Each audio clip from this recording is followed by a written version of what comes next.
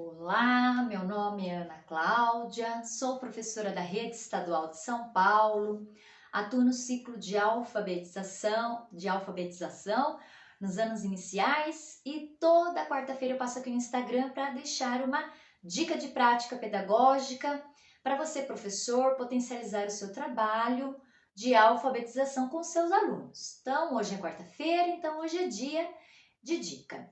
E a dica de hoje ela é um pouquinho diferente. Ela vai te ajudar na prática, mas além da prática do dia a dia, ela vai te ajudar na sua vida profissional, no seu fazer professor, no seu ser professor, certo?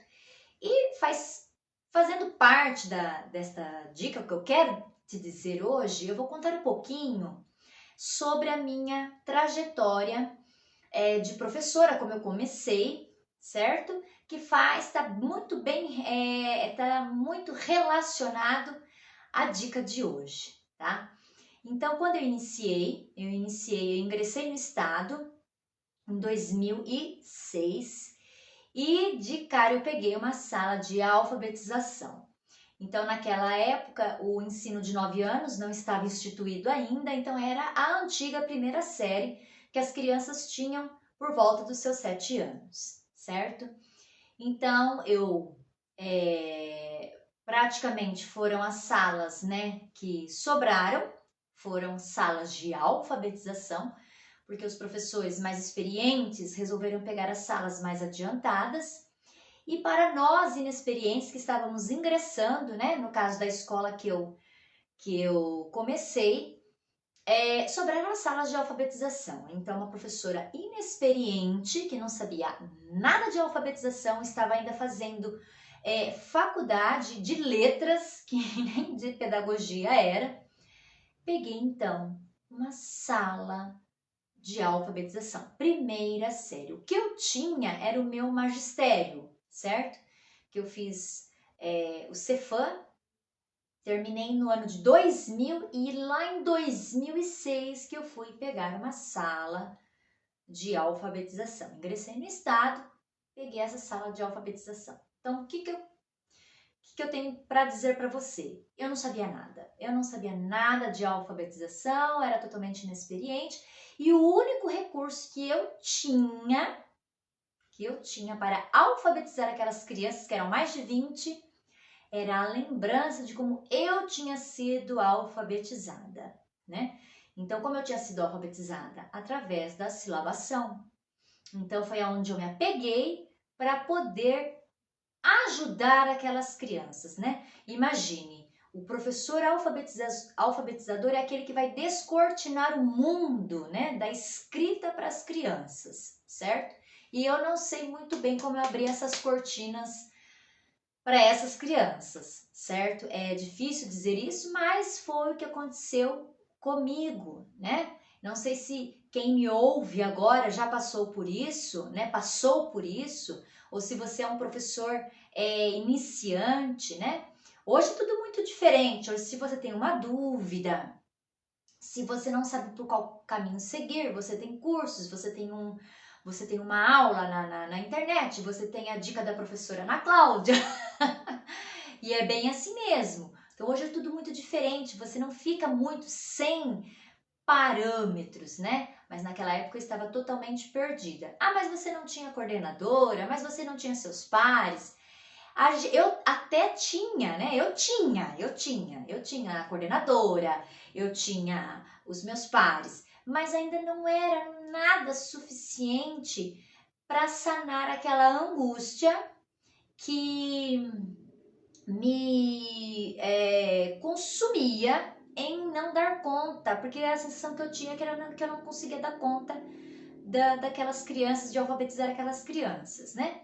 E aí eu estando na faculdade, eu ia para a biblioteca. Então, na biblioteca, eu achava que eu ia resolver os meus problemas, porque eu pesquisava todos os livros de alfabetização, métodos, ia embora com pilhas de livro, né? E aí eu tentava buscar, eu achava que nos livros, ali nos métodos, eu ia achar a resposta, como alfabetizar crianças. E era sempre uma frustração, porque eu não achava a resposta que eu queria. Não achava. Bom, e assim eu fui. E olha o que aconteceu. E nesta faculdade, né, onde eu fazia o meu curso, eu encontrei uma grande amiga e ela já estava um tempinho na sala de aula. E eu disse assim para ela: olha, eu tô com uma sala de alfabetização de primeira série. Eu não sei o que fazer com aquelas crianças. O que eu faço, né, para alfabetizar? Eu queria que ela me dissesse em poucos minutos o que eu teria que fazer o ano inteiro com aquelas crianças. Ela falou assim: olha, faça bastante texto coletivo com eles na lousa, eles ditam e você escreve na lousa. Nossa, eu achei aquilo fantástico, porque eu nunca tinha ouvido aquilo, né? Eu falei, então tá bom, então eu vou fazer. E ela me falou naqueles minutinhos uma dica de prática pedagógica, ela me passou, e eu levei isso, né, para a sala de aula. Acho que fiz algumas vezes isso e tudo, mas a questão está aí. Agora vem o que eu quero te dizer de verdade. Ela me deu uma dica, certo? Ela me deu uma dica. Só que ela não me disse quais eram os benefícios de se fazer isso. O porquê que eu tinha que fazer isso numa sala de alfabetização? Eu também não perguntei, certo? Porque eu não tinha, vamos ver se eu não tinha recursos, né, para perguntar. Mas por que eu devo fazer isso?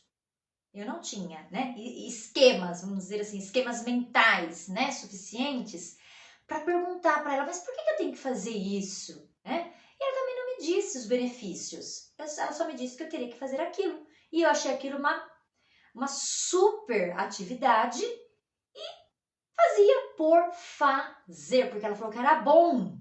E paramos no bom. Então, se ela falou que era bom, eu fazia, porque ela era uma professora experiente, né? Então, eu fazia por fazer. Mas eu não sabia, né, os benefícios, os efeitos daquilo para uma sala de alfabetização. Bom, então o que eu quero dizer, né, contando um pouquinho da minha história para você que está aí do outro lado. O fazer, né, o fazer do professor, ele sempre precisa ser intencional, sempre saber por que está se fazendo, né? Então, eu não sabia o porquê fazia. Eu fazia por fazer, porque ela me disse que era bom. Só isso. Então, a nossa prática, a nossa profissão, né? O professor, né? Ele vai muito além disso. Você precisa realmente ter em mente, você precisa ter segurança naquilo que você está fazendo, você precisa saber, sim, o que embasa a sua prática, né? O porquê que você está fazendo aquilo lá, porque é isso, quando você sabe o que você faz e o porquê que você está fazendo, é isso que vai te dar autonomia na sua profissão, no seu trabalho, no seu fazer pedagógico. É isso que vai te dar autonomia e autoridade, certo? Então você não vai ser mais um professor, que eu sei, existe muitos, né, que são aqueles fazedores. Tem muitos professores fazedores de atividades. Sim, é difícil ouvir isso, mas existe, tá? Não consigo colocar em números para você, lógico, né? Mas tem muitos professores, infelizmente, que são fazedores de atividades, certo? Só executam. Página 5 até a página 10 e vai da página 5 à página 10, quando se tem uma apostila, né? Se tem um livro, então são os fazedores de atividade. Então, não é isso que a educação precisa. Nós precisamos de professores bem intencionados que sabem realmente o que fazem na sua prática e por que fazem, certo? E isso vai te dar o quê? Vou repetir, vai te dar autonomia no seu fazer pedagógico, vai te dar autoridade. Quando alguém te perguntar, por que você está fazendo isso? Por causa disso, você sabe justificar tintim por tintim, o que é que você está fazendo, tá? Então, como é que a gente chama isso? É a reflexão antes, durante e após a sua prática, tá? Então, o bom professor, ele faz a reflexão antes, durante e após a sua prática, certo? É isso que vai fazer você repensar se deu certo, se não deu certo, vou adaptar, vou avançar. Então, é esta reflexão que nós precisamos fazer diariamente sobre o nosso fazer pedagógico, tá? Não sermos somente fazedores ou cumpridores de atividades, certo? Então, você lá planejou a sua atividade, você conhece muito bem a sua sala, sabe as hipóteses das crianças, quem precisa avançar em quê. Então, você está refletindo, está planejando antes. Muito bem.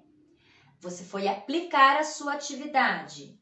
Foi aplicar a atividade e aí você está andando, está olhando como eles estão realizando o que você propôs. O João, que você achou que ia dar uma resposta, não deu a resposta que você queria, deu uma resposta diferente. Então, você já sabe que lá você vai ter que fazer uma intervenção. Aí você achou que a atividade ia render de uma forma, ela não rendeu. Você começou a pensar, por que não deu certo isso? O que eu vou ter que mexer? Isso durante. Terminou a atividade. Aí você para, respira fundo e fala como é que foi, né? A atividade atingiu os meus objetivos? Total? Parcial? Né? Foi ao encontro das necessidades dos alunos? Vou ter que adaptar. Foi muito além do que eu esperava. Então, esse é o professor que sabe o que faz, tá? E quando você tiver muito seguro disso, você vai olhar para a sua apostila, olhar para o seu livro, olhar para o seu currículo, olhar para as habilidades da sua turma, você vai conseguir montar as suas próprias atividades, complementar as atividades da sua apostila, tá bem? Então, por quê? Você sabe o que você faz e o porquê que você faz. Então, você já tem autonomia suficiente para montar as suas próprias atividades, para complementar, até mesmo para instruir um outro professor, o seu colega. Isso é muito bom, que quando a gente ajuda o outro, a gente se ajuda, né? A gente se reavalia, e isso é muito bom. Bom, eu vou ficar por aqui, tá certo? A dica de hoje, né, de prática foi essa realmente, sobre o seu pensar pedagógico antes, durante e depois. Espero que você tenha gostado, que tenha contribuído com a sua vida profissional, certo? E se você é iniciante ou se você já está há tempo na sala de aula, vale para todos nós, né? Para todos nós. A gente nunca deve parar de pensar sobre o nosso fazer pedagógico, seja iniciante ou seja aquele já bem experiente, tá bem? E se precisar de ajuda, conta comigo, que eu estou aí para isso, tá bem? Então, tchau, tchau e até a próxima quarta-feira, se Deus quiser.